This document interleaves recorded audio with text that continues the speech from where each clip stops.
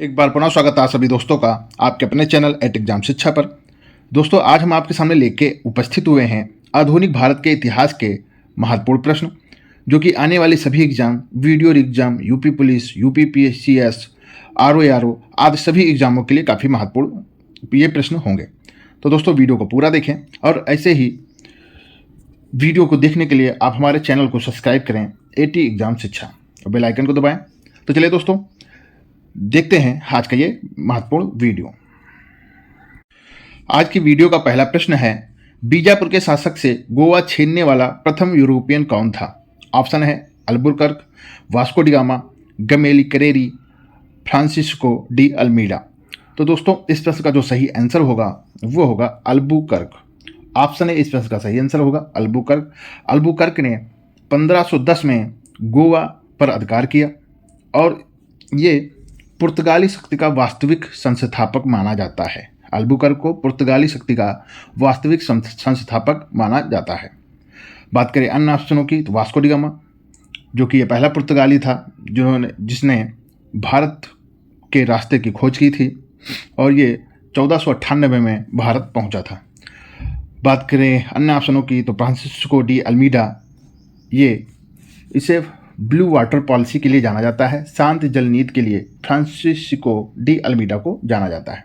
तो दोस्तों, इस प्रश्न का जो सही आंसर होगा वो होगा अल्बुकर्क। चलिए देखते हैं अगले प्रश्न को। प्रश्न है, भारत में सहायक संधि की अवधारणा का प्रतिपादक कौन था?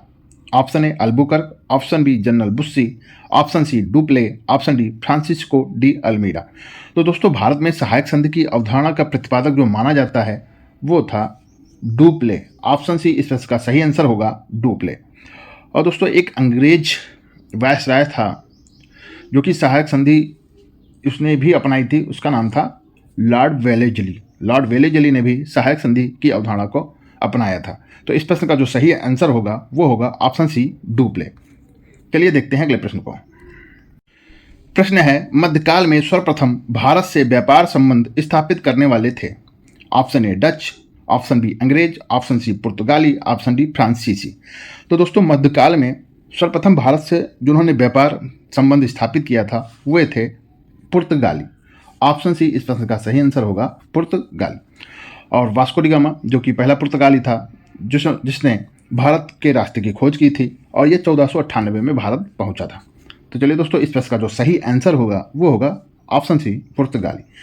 चलिए बात करते हैं अगले प्रश्न की।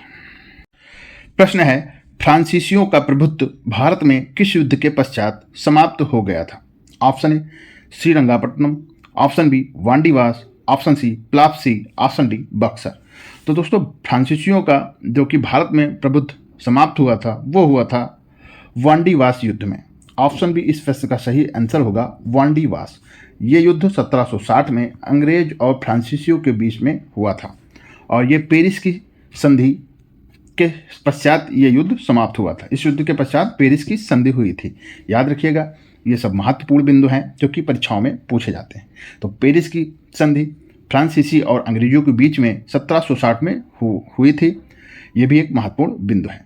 तो वांडीवास युद्ध, जो कि भारत से फ्रांसीसियों का प्रभुत्व समाप्त किया था। तो ऑप्शन बी इस प्रश्न का सही आंसर होगा। देखते हैं अन्य ऑप्शनों को। तो श्रीरंगपट्टनम, ये युद्ध 1792 में अंग्रेज और मैसूर के बीच में हुआ था और अंग्रेज की तरफ से लॉर्ड कॉर्नवालिस और मैसूर की तरफ से टीपू सुल्तान के बीच में ये युद्ध हुआ था। बात करें प्लासी युद्ध, ये 1757 में, प्लासी युद्ध 1757 में और बक्सर युद्ध 1764 में ये युद्ध हुआ था। इन सभी युद्धों को याद रखिएगा क्योंकि परीक्षाओं में पूछे जाते हैं। तो चलिए दोस्तों, बात करते हैं अगले प्रश्न की।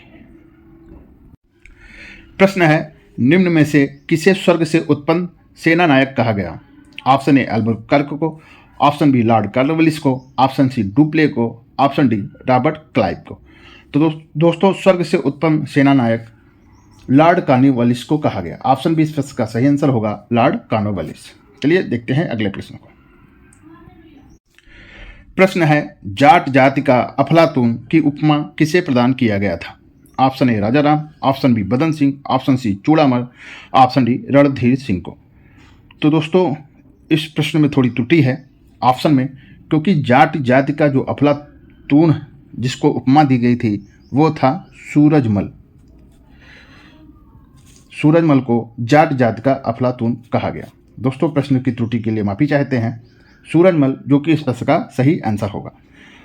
बात करें अन्य ऑप्शनों की तो राजा राम, ये भी रोहेल बंगस पठान वंश से संबंधित था और इसने सिकंदरा में स्थित अकबर के मकबरे में घुसकर उसकी अस्थियों को जलाया था।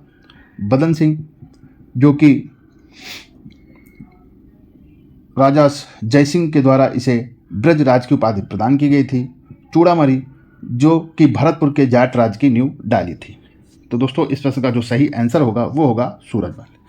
चलिए बात करते हैं अगले प्रश्न की। प्रश्न है, किस संधि के परिणाम स्वरूप बंगाल में द्वैत शासन लागू हुआ? ऑप्शन ए लखनऊ की संधि, ऑप्शन बी हुगली की संधि, ऑप्शन सी इलाहाबाद की संधि, ऑप्शन डी अमृतसर की संधि। दोस्तों बंगाल में द्वैत शासन इलाहाबाद की संधि के फलस्वरूप हुआ। ऑप्शन सी इस प्रश्न का सही आंसर होगा इलाहाबाद की संधि। इलाहाबाद की संधि जो कि 1765 में हुई थी और ये संधि अंग्रेज रॉबर्ट क्लाइव और अवध के नवाब सुजाउद्दौला और मुगल सम्राट शाह आलम के बीच में हुई थी। 1765 में इलाहाबाद की संधि हुई थी। याद रखिएगा इन बिंदुओं से भी प्रश्न परीक्षाओं में पूछे जाते हैं। तो ऑप्शन सी इस प्रश्न का सही आंसर होगा। चलिए बात करते हैं अगले प्रश्न की। प्रश्न है, शिवाजी को किस मुगल सूबेदार ने पुरंदर की संधि के लिए विवश किया था? Option A Jaisingh, option B Jaswant Singh, option C Shaista Khan, option D Muazzam. तो दोस्तों पुरंदर की संधि के लिए विवश जय सिंह ने शिवाजी को किया था। ऑप्शन ए जय सिंह इस प्रश्न का सही आंसर होगा जय सिंह। और दोस्तों पुरंदर की संधि जो कि 1665 में ये संधि जय सिंह और शिवाजी के बीच में हुई थी। तो ऑप्शन ए इस प्रश्न का सही आंसर होगा। चलिए बात करते हैं अगले प्रश्न की। प्रश्न है, मद्रास की स्थापना किसने की थी? Option A Francis Day, option B George Charnock ने, ऑप्शन सी कॉल्बर्ट ने, ऑप्शन डी ले कार्बूसियर ने। तो दोस्तों मद्रास की स्थापना फ्रांसिस डे ने की थी। ऑप्शन ए इस प्रश्न का सही आंसर होगा फ्रांसिस डे ने मद्रास की स्थापना की थी। जॉर्ज चार्नाक जिन्होंने कलकत्ता की स्थापना की थी। याद रखिएगा ये भी प्रश्न पूछा जा चुका है। जॉर्ज चार्नाक ने कलकत्ता की स्थापना की थी। कॉल्बर्ट जो कि फ्रांसीसी राज्य की स्थापना में अपना सहयोग दिया था। ले कार्बूसियर जिन्होंने चंडीगढ़ की स्थापना की थी। ले कार्बूसियर जिन्होंने चंडीगढ़ की स्थापना की थी। याद रखिएगा इन बिंदुओं से भी प्रश्न बनता है। चलिए बात करते हैं अगले प्रश्न की।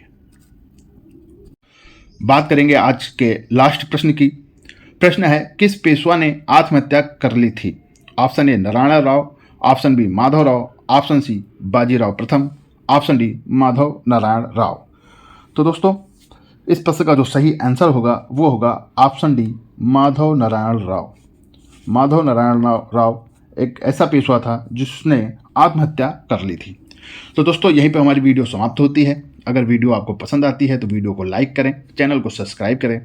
तो चलिए दोस्तों मिलते हैं अपने अगले वीडियो में। तब तक के लिए जय हिंद, जय भारत।